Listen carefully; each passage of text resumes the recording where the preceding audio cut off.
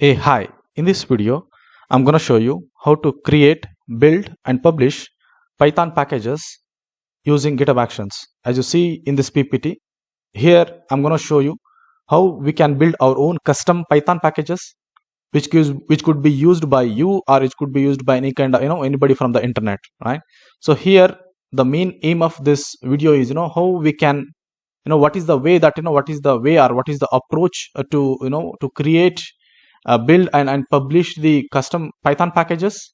And then here we are publishing at the Python org site. Okay, so from where the public can actually download and use those packages. Okay, so how we can manage your own project with using the GitHub Actions as a CI/CD solution, and also what are all the steps that you need to follow on the source code side so that you build a required working Python custom packages, right?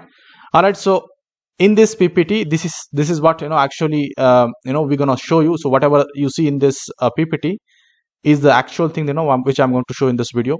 Here, before I walk you through the the real-time code and how to set up these environment, I'm gonna quickly show you how does this solution works actually.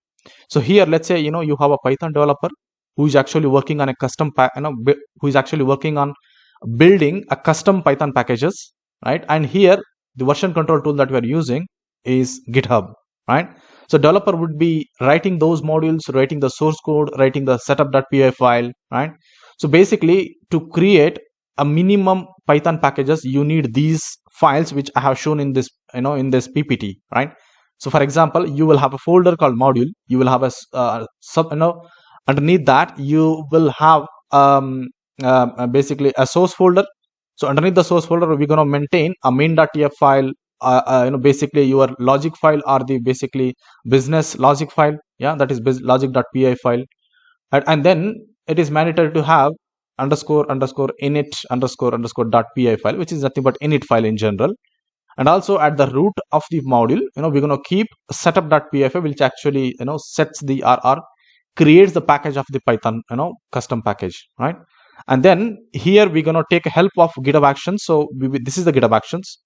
I'm gonna show you how we can write your own GitHub Action workflow, which actually executes these setup.py file and creates a custom packages, and finally it publishes the Python that built custom packages to py.porg, which is actually the public repository where actually all these custom packages are been hosted.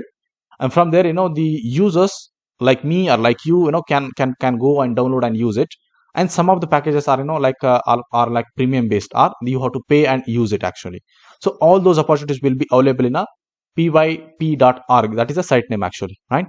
All right, so I think the you might be knowing that the whatever the packages that we use in the Python, everything you will get it from the pypi.org, which is a site name actually. Yeah. All right, if I can tell you example like numpy, date, maybe maybe the conda, blah blah, right? So there are so many packages that you can get it from this site, and I know we are actually using it. Now you are the creator. Now think about come to a space where you are the creator of that particular package, right? So this is how we're gonna do it. Okay, so this video is meant for such developers who wants to build this particular packages, right? All right, so that's a very basic about that's just a theoretical information about my video. Now I'm going to take you to the very technical side.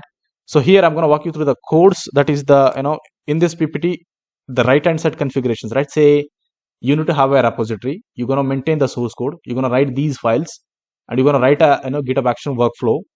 And finally how you can interact with the Python org site and publish your custom packages as a project. All right, okay, so here I have already created a project called Python custom packages. So this is my Python custom packages project. Here as you see this is a GitHub. Okay, and here I have a multiple folders which includes GitHub workflow folder, which is actually hosting the GitHub action workflow file.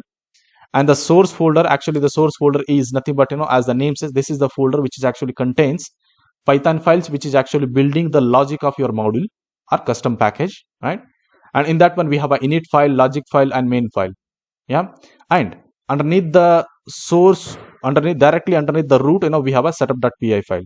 Now I'm going to take you to the my VS code. So this is VS code, and the same structure you see here. because I have cloned that repository in this VS Code, and currently I'm explaining you from here. First one, let me go to the from the source, because source is very important here. So you have to maintain these 3 files is very much needed. It's a minimum requirement to maintain these 3 files. That is, since you are creating a folder with any name, and if you keep a init file underneath that, nothing but you are making that folder as a module. So that is what basically Python theory tells all about. And then come about the logic.py file. So this is the the Python file which I got it from the internet. So I'm not going to boost on this one because I have written this one. This is belongs to someone else. But my aim here is how you can build it with using the GitHub Actions is my aim here, right? So here the logic is how you can find a area, a time zone, right? So those are basically, this is a business logics are being written. So I'm going to walk you through this as well. So for example, how to calculate an area, how to find a time zone, how to find the location. So all these calculations are being done in this 3-4 functions. And here we are importing a date module. So whatever you see the date and time, whatever you see the py.tz, that is a time zone module. So these are the modules are been already been maintained by the some other the project owners, right? Similarly, how we can do, right? So I'm going to build out my own custom packages at that site. So this is the way we're going to do it, right? Under the hood, we are actually again consuming the these modules which is being maintained by somebody else. All right. Okay. Similarly, so in this logic.py file, so I'm going to walk you through these functions. So it functions, so it's just a Python functions, which actually contains certain logics. It has to be fed with the location as a parameter here. It will gonna do a formations, that is a format the locations. From the locations, it's actually getting the time zone. That is, it's actually doing some required logics with using the time zone module, right? So that is py.tz.all time zone, which is an which is an list. From the list, you are iterating an items, right? And then you are checking if the area is equal to that. Then if it is meeting the conditions, that is if it is matching the conditions, you are actually printing the what is the location, what is the time zone actually. So that's the logic been written here. Similarly, else conditions are been added. Yeah. And if I go to the area underscore zone, so which is again a same kind of function, which actually returns a zone, right?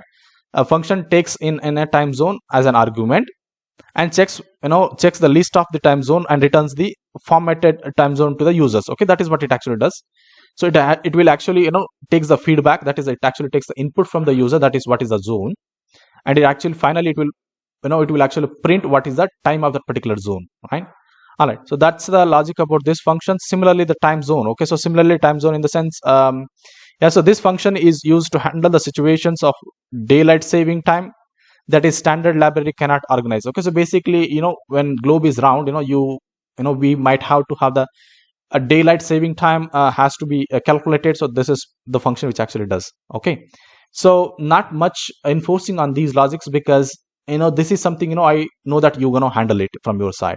Similarly, format locations. Okay, this is the function which is actually formats the location and returns the output. Okay, so format location is the function which is been used here in the area zone. If you see, if I go above, so we have built a custom function within this. Yeah, so this is what the function is being used here, right? Similarly, let me go to the our main.py file, which is actually orchestrates the logic and init under the hood actually, right?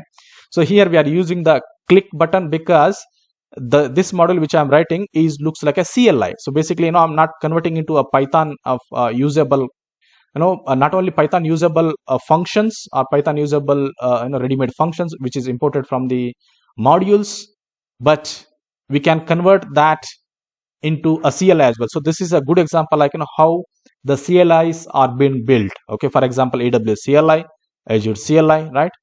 Or it could be how does the Linux CLI works, right?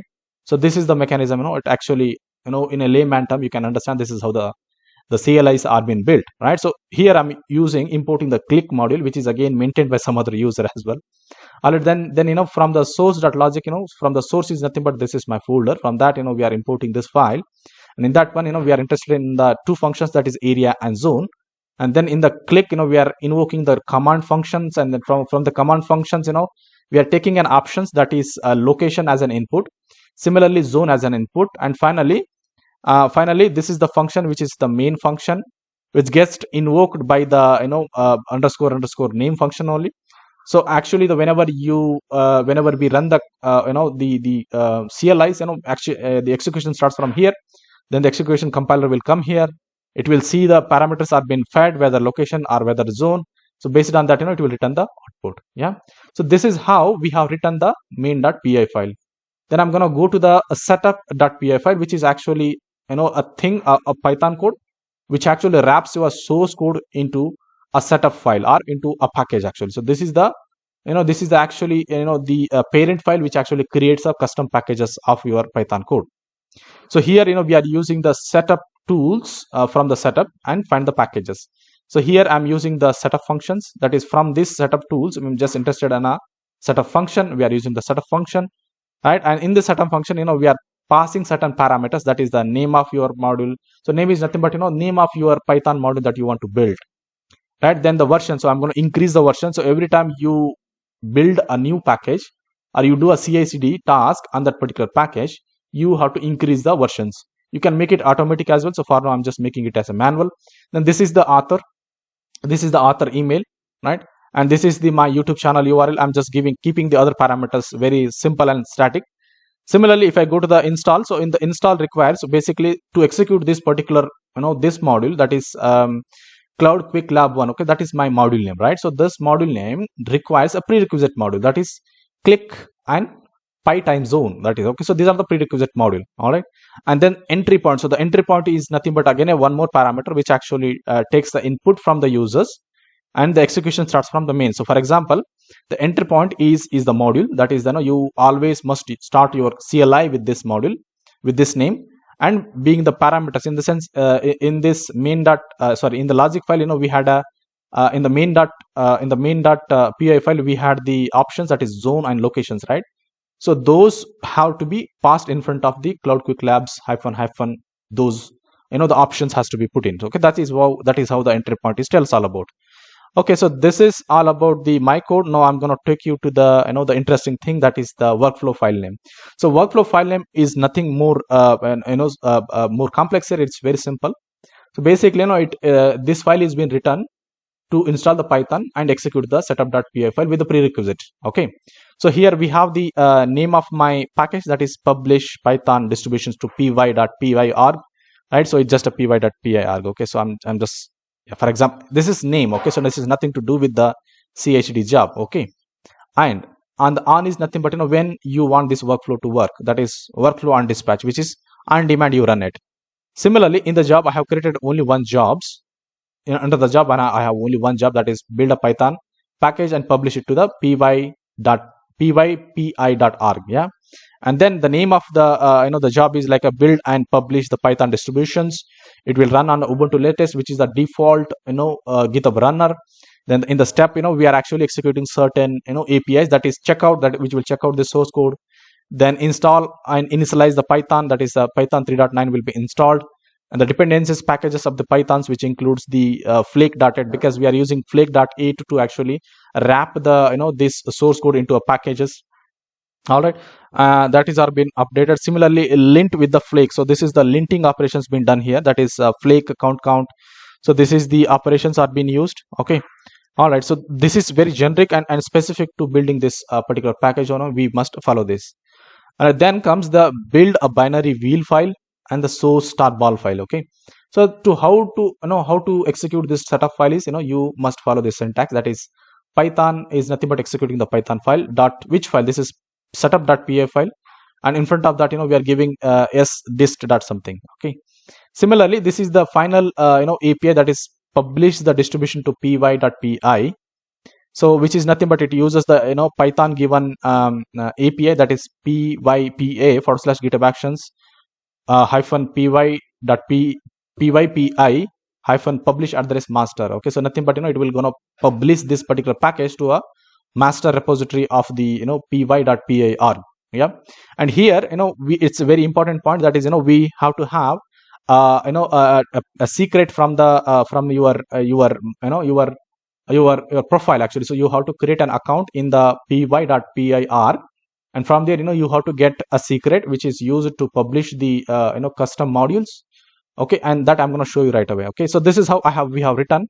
Okay, I'm gonna merge this code. I'm gonna show you the next part. How did I create that particular secret or the token and used in a GitHub Actions? Okay, so I'm gonna save it as a save it. I will just comment it as a save it. I'm gonna publish this code. Now, before I execute the workflow file, I'm gonna go to the pypi.r. That is a Python site actually. So in this one, I have created I have created an account called with this name. So in this one, to create that token, you have to go to your account setting. So in the account setting, sorry, I think it is asking for me my password. So I'm going to write my password here. So this is my password now, right? And then it's actually, this site is actually two-factor authentication supported. So this is how my profile has been created. So if you go to the pypi.org, and there you can create your own account, and from there, once your account has been created, you're going to log into this one, something like this here, right? And here there is an option called API token. So I have created an API token called custom packages. It retrieved me some GUID, okay, that is global unique ID, and that global unique ID I have gone to the my I have gone to the my this GitHub repository. In this GitHub repository, I went to the settings. In the settings, you go to the secrets. So there is a secrets and variable here. Go to the actions, click on actions, and then create a repository secret. So I have created this test underscore py underscore password, which is actually I'm using here. So that is in the GitHub Actions workflow file.